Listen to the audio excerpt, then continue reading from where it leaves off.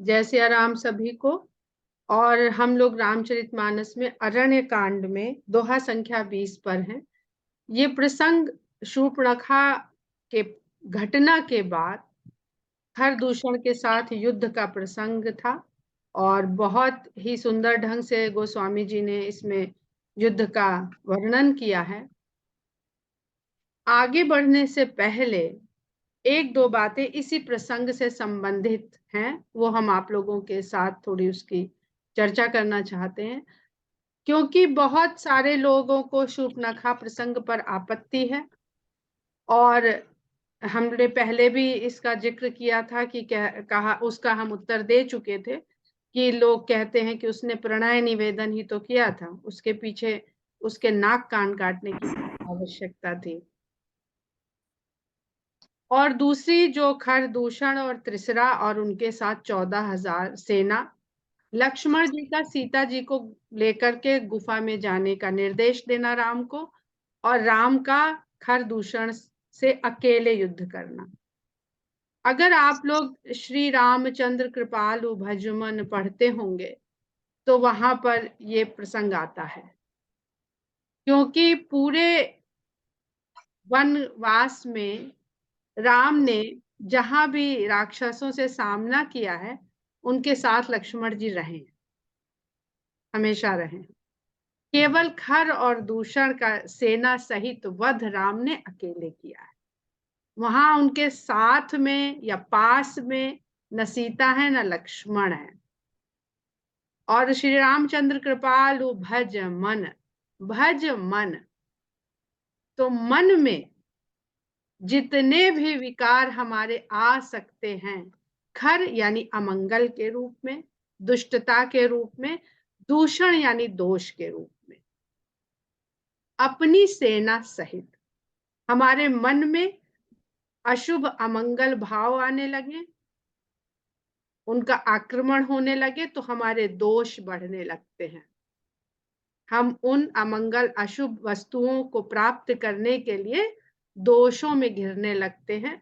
और त्रिशरा, त्रिशरा का अर्थ मुझे बहुत अधिक नहीं अभी समझ में आया है, पर 3 सिर वाले को त्रिशरा कहते हैं, जो एक एक मुख से सुरापान करता है, एक से सोमपान करता है और एक से अन्न ग्रहण करता है। तो ये भी कहीं ना कहीं से हमारे मनुष्य होने को इंगित करता है कि हम सुरापान भी कर लेते हैं, सोमपान भी कर, अच्छा भक्षण भी कर लेते हैं, बुरा भक्षण भी कर लेते हैं, और जीवित रहने के लिए अन्न भी ग्रहण करते चलते हैं। अन्न ही ब्रह्म है, अन्न ही ब्रह्म है, तो हमारे अंदर ये दुष्टता क्यों पैदा हो जाती है? उस अन्न को ग्रहण करने से हमारे अंदर ब्रह्म जैसे भाव विचार क्यों नहीं बनते हैं? वो सब अभी शूर्पणखा बताएगी, जो हम यहाँ पर बात कर रहे हैं। तो त्रिशरा का अर्थ शायद इस तरह के जीव से है, जो अपने मुख से इस तरह के अगर विवेकानंद जी को पढ़िए तो वहां पर उन्होंने एक बड़ी सुंदर बात अपने जीवन में जानी थी कि भारतवर्ष में धर्म आहार पर सिमट गया है, और आहार अर्थात रसोई। हम तो ब्राह्मण परिवार में रहे हैं तो हमने देखा है कि सारा पुण्य, क्या कहते हैं, पवित्रता पावनता सब रसोई में ही थी। रसोई कितने शुद्ध तरीके से बन रही है, कोई छू तो नहीं रहा है, कोई गलत सामान तो नहीं आ रहा है, गलत हाथों से छुआ हुआ नहीं आ रहा। तो वो आहार केवल अन्न का आहार नहीं है, विचार के आहार की भी बात होती है। खाली उदर ही हमारा आहार नहीं ग्रहण करता है, हमारा दिमाग भी आहार को ग्रहण करता है, उसकी शुद्धता की आवश्यकता है। वहां हम नहीं जाएंगे वरना विषय से भटक जाएंगे। तो ये खर दूषण और त्रिशरा अपनी 14,000 सेना के साथ आक्रमण करें तो उनका सामना करने के लिए मन में बसे हुए एक राम पर्याप्त हैं। अगर मन में राम बसे हैं, श्री रामचंद्र कृपालु भज मन हरण भव भय दारुणम, वो अकेले ही, उनके पास जो धनुष और बाण उनका है वो इन सारे विकारों को नष्ट करने के लिए, पर वो मन में विराजमान होने चाहिए। वो विराजमान नहीं है तो ये सारे दोष सारे अमंगल सूचक विकार हमको जीत लेंगे, हमारे ऊपर आधिपत्य कर लेंगे, हमसे हमारे कर्मों को छीन लेंगे, कर्म करवाएंगे, हमारे भीतर से हमारी प्रकृति को, हमारी शक्ति को वो भी ले जाएंगे, हम सब उसमें लगा देंगे। तो राम नहीं चाहते हैं कि जो शुभ कर्म है और जो शुभ शक्ति स्वरूप सीता है वो इन विकारों का सामना करें। पहले राम के नाम से इन विकारों को नष्ट कर दीजिए, फिर सत्कर्म के लिए प्रेरित हो जाएंगे और फिर शक्ति जो है वो आपकी भक्ति बन जाएगी और भक्ति बन के आपको समर्थ बना देगी हनुमान की तरह। तो एक और प्रसंग जो शूर्पणखा का कहना चाह रहे थे वो मुझे भी आज ही पता चला।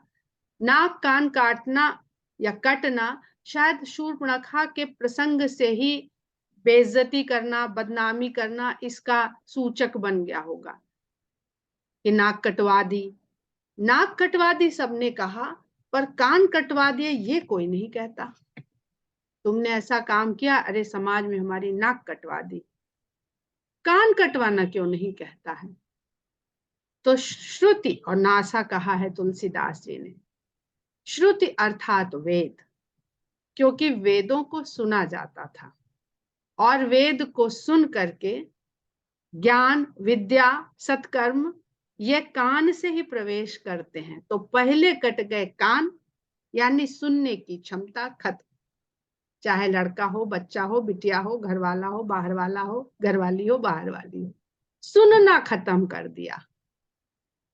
सही बात को सुनना खत्म कर दिया, माता पिता से, गुरु से, शुभचिंतक से, जिससे भी।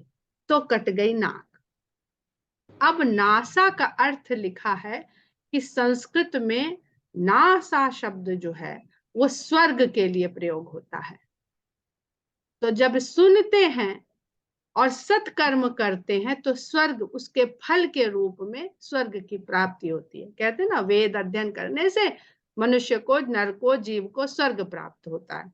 ऐसा ही हम लोग देखते हैं कि कुरान वगैरह में भी ऐसे ही लिखा गया है कि जन्नत नसीब होगी। तो जब सुना नहीं, कान कटा पहले, तो फिर उस फल की प्राप्ति नाक कट गई, यानी उस कर्म से जो फल मिलना था वो कट गया। तो नाक कान कटने का मतलब है शुभता को सुनना और शुभता के फल का कट जाना। उसका अर्थ ये नहीं है कि नाक और कान काट दिया गया। और भी बहुत सारा उसमें विस्तार से लिखा हुआ है, आप लोग बाकी खुद उसका मंथन कर सकते हैं, बहुत सारी बातें स्पष्ट होने लगेंगी। अब हम चलते हैं दोहा संख्या 20 से कि राम राम कहि तनु तजहि, पावहि पद निर्वाण, कर उपाय रिपु मारे, क्षण महु कृपा निधान। अगर एक क्षण को भी आपके भीतर संतोष का भाव आ जाता है तो ये जितने भी लालच आपको घेर रहे होते हैं एक क्षण में छूट जाते हैं। नहीं भाई, हम तो जितना है हम उतने में संतोष करते हैं, हमें नहीं चाहिए ये। एक एक इतना सा शब्द सब चीजों से मुक्त कर देता है आपको। हर्षित बरसहि सुमन सुर बाजहि गगन निशान। इस प्रकार खरदूषण की सेना का वध होने के उपरांत देवता लोग हर्षित हो गए और गगन में नगाड़े बजाने लगे और पुष्पों की वर्षा करने लगे। इंद्रियां हैं, पर इंद्रियां खुश हो गई कि अब हमें ये विकार रूपी दुष्कर्म नहीं करने पड़ेंगे। प्रसन्न हो गई कि अब हम सत्कर्म में लगे रह सकेंगे, क्योंकि अब हमारे साथ राम है, राम के बाण है, राम की शक्ति है। स्तुति करी करी सब चले शोभित विविध विमान। और इस प्रकार भगवान की स्तुतियां करके सब लोग अपने अपने विभिन्न प्रकार के विमान में बैठ बैठ के अपने अपने लोक को चले गए। जब रघुनाथ समर रिपु जीते, सुर नर मुनि सबके भय बीते। जब रघुनाथ ने युद्ध में शत्रु को जीत लिया तो देवता, मनुष्य और मुनियों सबके भय जाते रहे, समाप्त हो गए। तब लक्ष्मण सीता ही लय आए, प्रभु पद परत हर्षि उरलाए। तब लक्ष्मण जी सीता जी को लेकर वहां पर पहुंचे। तब पहुंचे जब राक्षस मर गए और भगवान को जो देख रहे थे देवता लोग, वो स्तुति करके अपने अपने यहाँ चले गए। तब भगवान के पास लक्ष्मण और सीता जी पहुंचे और भगवान के चरण पर पढ़े लक्ष्मण जी प्रभु पद परत हर्षि उर लाए, और राम उन्हें हर्ष के साथ उठा करके हृदय से लगा लेते हैं। सीता चितव श्याम मृदु गाता, परम प्रेम लोचन न अघाता। अब सीता जी रामचंद्र जी के कोमल श्यामल अंगों को निहार रही, युद्ध करके खड़े हुए और इतने परम प्रेम से निहार रही हैं, और देख करके उनके नैन अघा नहीं रहे। अब याद करिए, जब चित्रकूट में जनक जी सीता जी से मिलने आए थे और उनको हृदय से लगाया था, तो उन्होंने क्या पाया था उनके हृदय में? राम का प्रेम रूपी बालक। हमने उस समय कहा भी था, अभी नया नया विवाह हुआ है, प्रेम बालक शिशु के रूप में है। वो प्रेम किस प्रकार बढ़ रहा है, किस प्रकार प्रगाढ़ हो रहा है, जब विराध का युद्ध वध करते हैं और खर दूषण के साथ इतनी बड़ी सेना का संहार करते हैं, तो सीता देखती है अब राम की शक्ति को, सामने प्रत्यक्ष देखती है, तब प्रेम बढ़ता है कि ये मेरे राम है। परम प्रेम लोचन न अघाता, पंचबटी बस श्री रघुनायक, करत चरित सुर मुनि सुखदायक। तब राम लक्ष्मण सीता पंचवटी में निवास करते हैं और अनेक प्रकार की लीलाएं करते हैं। इन लीलाओं को करते हुए देवताओं और मुनियों को सुख प्रदान करते हैं। धुआं देखी खरदूषण केरा, जाई सुपनखा रावण प्रेरा। खरदूषण को यूं धुआं धुआं होते देख करके कि किस प्रकार लुट पिट के खत्म हो गए, बिल्कुल कीड़े मूली गाजर की तरह काट के फेंक दिए गए, तब जाके शूर्पणखा रावण को प्रेरित करती है। बोली बचन क्रोध करी भारी, देश कोश कह सुरति बिसारी। वहां जाकर के क्रोध के साथ उसकी सभा में बोलती है कि तुमने देश और कोश सबकी स्मृति करना भुला दिया है, खाली अपने भोग विलास में पड़े हो, लंका में आराम से रह रहे हो। देश कोश कह सुरति बिसारी, कर सिपानी सोवसी दिन राती। रात दिन मदिरा पान करते हो और सोते हो, सुधि नहीं तब सिर पर आ राती। तुम्हें कुछ खबर है कि तुम्हारे सिर पर तुम्हारा शत्रु तुमको आर्त देने वाला आ खड़ा हुआ है।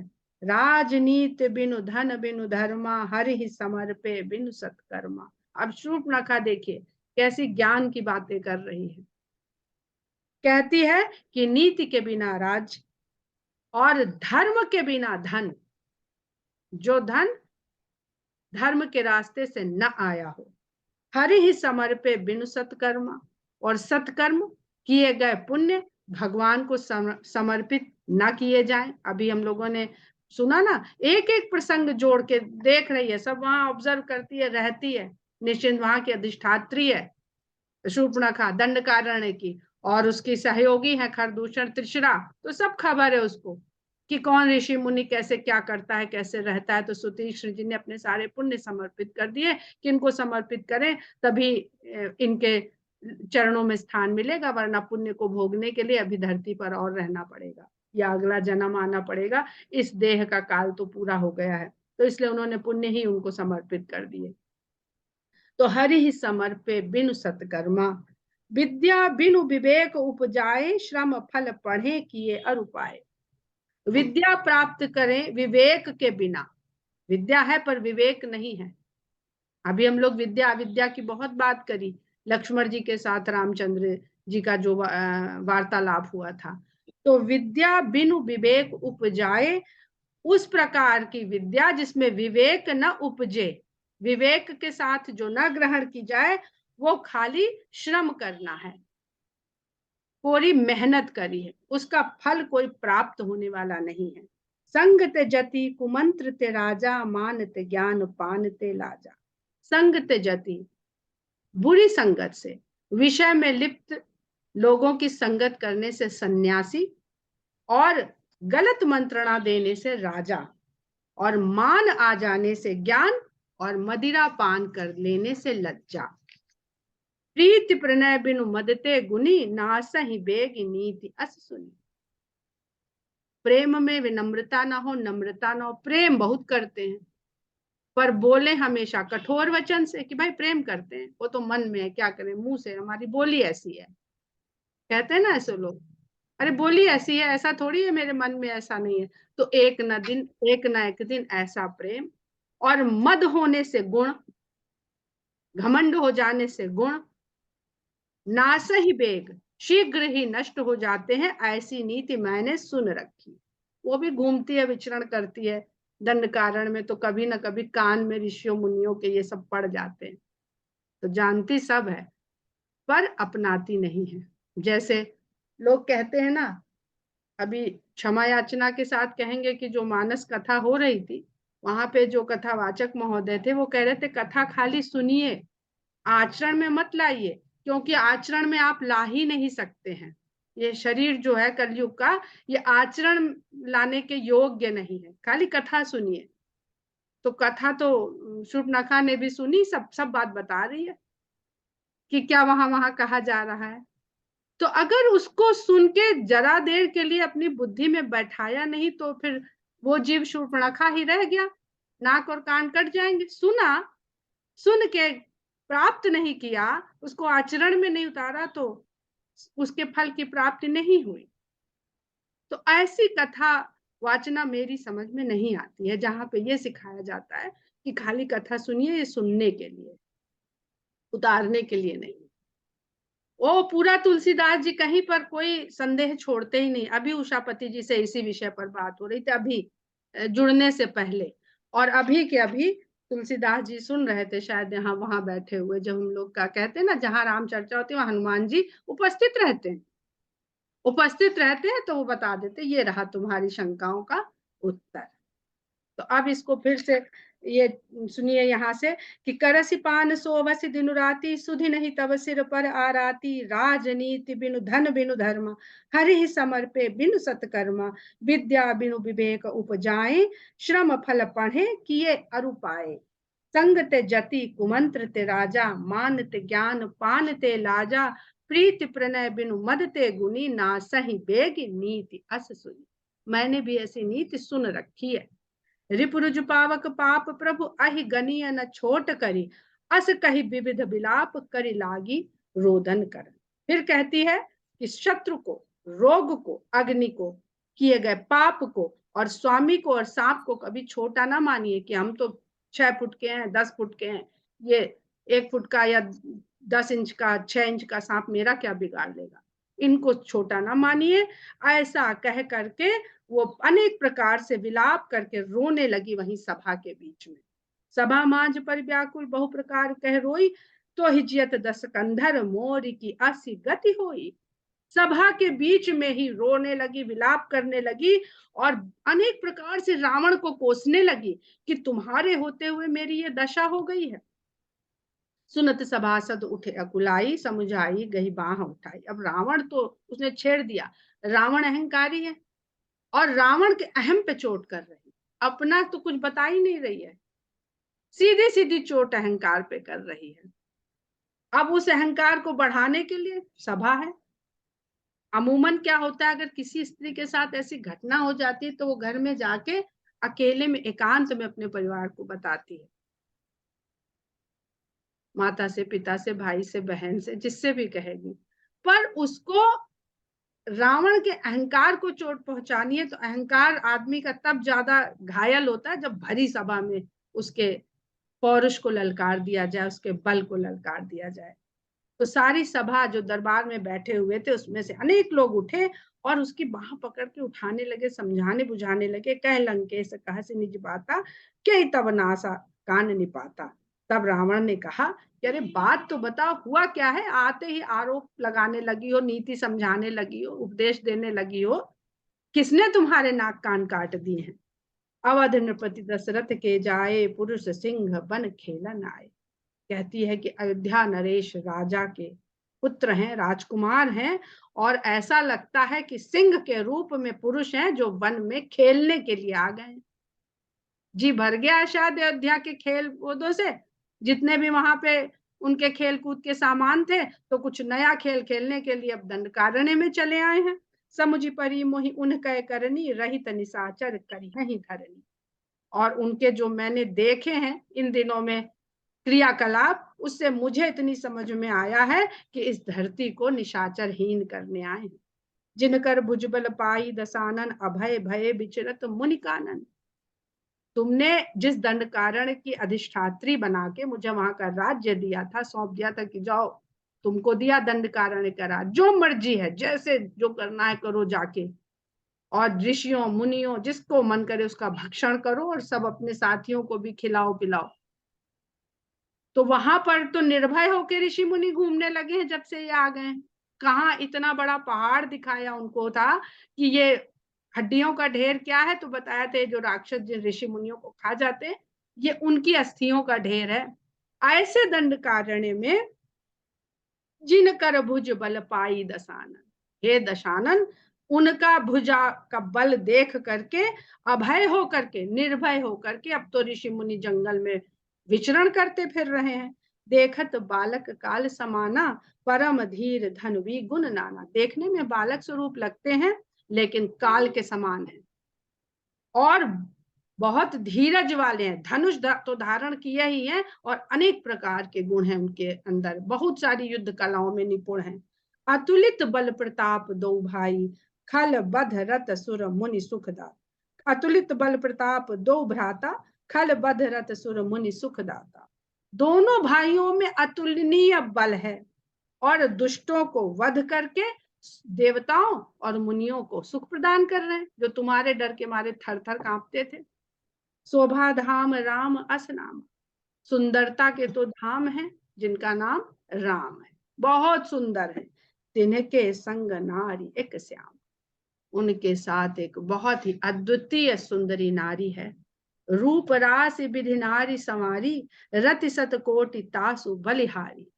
उसकी रूप राशि को तो लगता है विधाता ने स्वयं ही रचा है और 100 करोड़ रतियां कामदेव की स्त्रियां उसके ऊपर न्यौछावर कर दो तो भी उसकी सुंदरता की बराबरी नहीं कर सकते। अब पहले अहंकार को उसने चोट पहुंचाई, अब उसके लोभ को बढ़ा रही है, उसके भोग को बढ़ा रही है, भोग की भावना को बढ़ा रही है।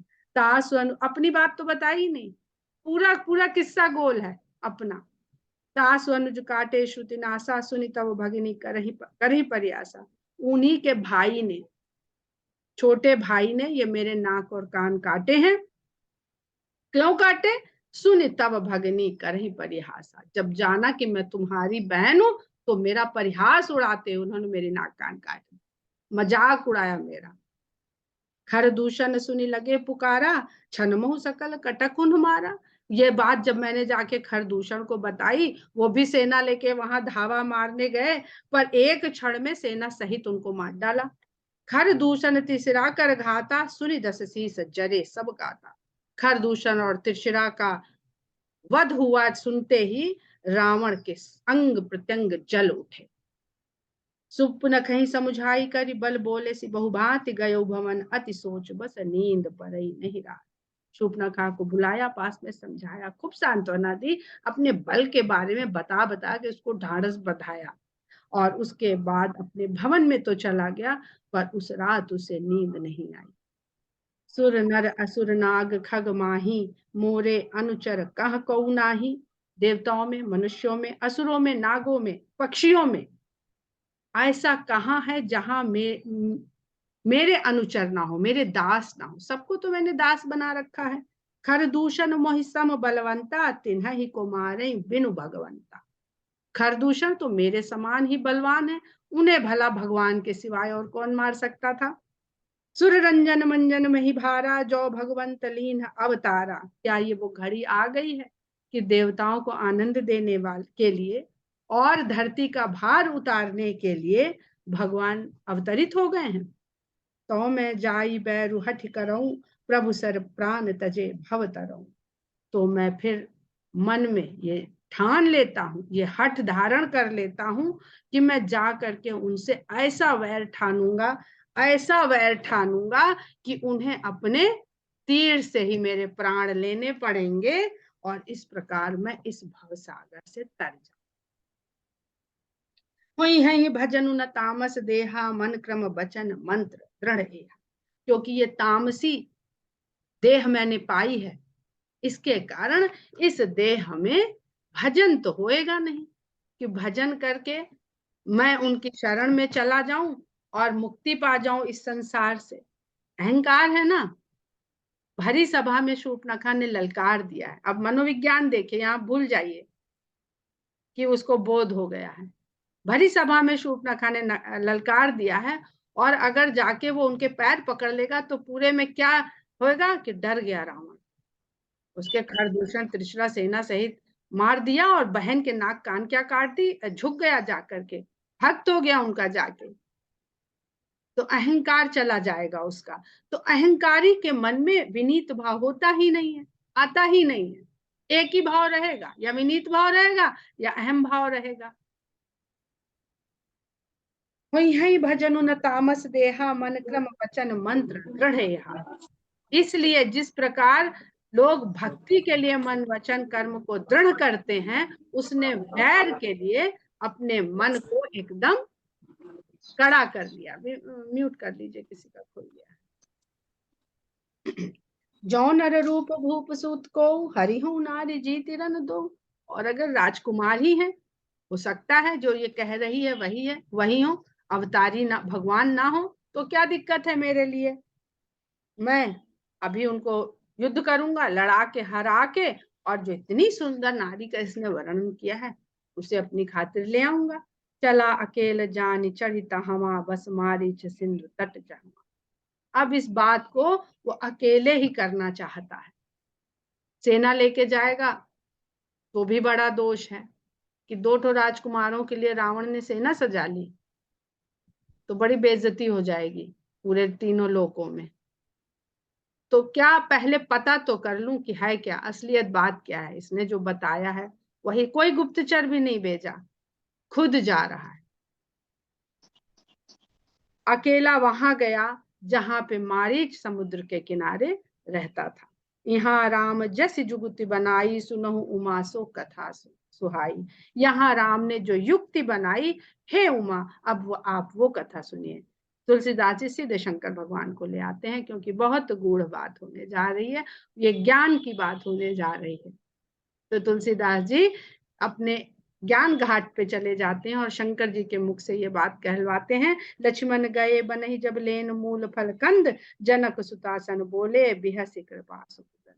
जब लक्ष्मण जी भोजन के लिए कंद मूल फल इत्यादि लेने के लिए वन को गए, तब जनक सुतासन बोले।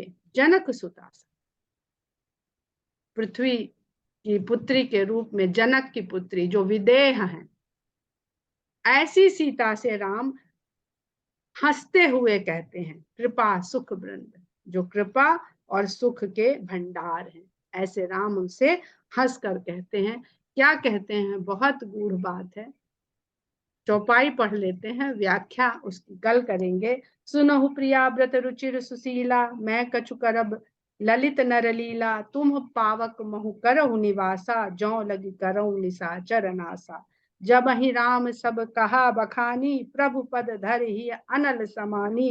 निज प्रतिबिंब राख तह सीता, तैसई सील रूप सुबिनीता। लक्ष्मणहु यह मरमु न जाना, जो कछु चरित रचा भगवाना। 10 मुख गयऊं जहां मारीचा, नाई माथ स्वारथ रत नीचा। नमन नीच कै अति दुखदाई, जिम अंकुश धन उरग बिलाई। भयदायक खल कै प्रिय बानी, जिम अकाल के कुसुम भवानी। तो रामचंद्र जी सीता जी से कहते हैं, सुनो प्रिया व्रत रुचिर सुशीला। सुंदर गुणों वाली हे प्रिय, आप एक सुंदर व्रत को सुनिए। अब नीचे टीकाकार ने पति व्रत धर्म लिखा है, पर तुलसीदास जी ने व्रत लिखा है। संकल्प करिए, एक संकल्प को आप सुनिए। मैं अब कुछ नर लीला करने वाला हूं। तुम पावक महु करहु निवासा, जौ लगी करहु निशाचर नासा। जब तक मैं सभी राक्षसों का नाश करूंगा, तब तक आप अग्नि में निवास करिए। सीधे सीधे सुनने में तो ये चौपाई बस यूं ही लगती है कि रामचंद्र जी ने कहा लक्ष्मण जी हैं नहीं, और सीता जी अग्नि में प्रवेश कर गईं और अपना रूप वहां धर दिया, जो बिल्कुल उनके जैसा दिखता था। परंतु अगर इसका तात्पर्य समझने का प्रयास करिए तो एक व्रत है राम का, जहां पर उन्होंने संकल्प लिया है ना कि निशिचर विहीन करहु मही, भुज उठाई प्रण की। तो जब उन्होंने ये प्रतिज्ञा करी है तो पत्नी स्वरूप उस प्रतिज्ञा की सहयोगिनी सहभागिनी सीता स्वयं होगी। और इतने राक्षसों का वध करते करते करते करते शूर्पणखा के द्वारा अब रावण तक वो चुनौती पहुंच चुकी है। अर्थात अब सबसे बड़ा समय, सबसे कठिन सामना होने वाला है इस वनवास काल का। सबसे कठिन समय आने वाला है। अभी तक तो कभी राम रक्षा कर रहे हैं, कभी लक्ष्मण जी आपकी सुरक्षा प्रदान कर रहे हैं। अब हो सकता है कि आपको अकेले ही इन कठिन परिस्थितियों का सामना करना पड़े। और अकेले जाना मतलब अग्नि में प्रवेश करना। जीवन इतना दुरूह होने वाला है कि हर समय अग्नि परीक्षा जैसे होगा, तो अब उनको तैयार कर रहे हैं। तुम पावक महु करहु निवासा, आपको अग्नि में रहना पड़ेगा। और लंका में रहना शत्रुओं के बीच में, ये अग्नि में निवास के ही समान था। ये कोई स्त्री इसकी बहुत आसानी से कल्पना कर सकती है कि अग्नि में निवास का अर्थ क्या है। जो लगी करऊं निशाचर नासा, उन्हीं निशाचरों के मध्य आपको रहना पड़ेगा। और जब आप निशाचरों के मध्य उस अग्नि रूपी जीवन को धारेंगी, तभी इन निशाचरों का नाश हो सकता है, उसके बिना नहीं हो सकता है। सीता जी कहीं नहीं गई थी, उनका जीवन अग्नि में प्रवेश करने के समान हुआ था। और जो अग्नि परीक्षा थी, अर्थात वो इसमें उत्तीर्ण हुई थी, जिस कठिन परिस्थिति और परिवेश में राम का साथ देने के लिए वो प्रवेश कर गई थी, वहां उत्तीर्ण होके बाहर निकली। जो अग्नि परीक्षा जिसके लिए तरह तरह के वामपंथी लोग आरोप लगाते हैं। तो हम लोग यहीं पर इसलिए इस एक चौपाई का अर्थ हमने इसलिए बता दिया ताकि आज आप लोग के दिमाग में, मन में ये चिंतन मंथन चलता रहे। तो कल जब धरातल तैयार रहेगा तो आप लोगों को फिर इसका तात्पर्य समझ में आएगा। राम और सीता एक दंपति के रूप में जो कार्य करने को गए हैं, वहां एक दूसरे के किस प्रकार कितने सहयोगी रहे। जय श्री राम। जय श्री राम।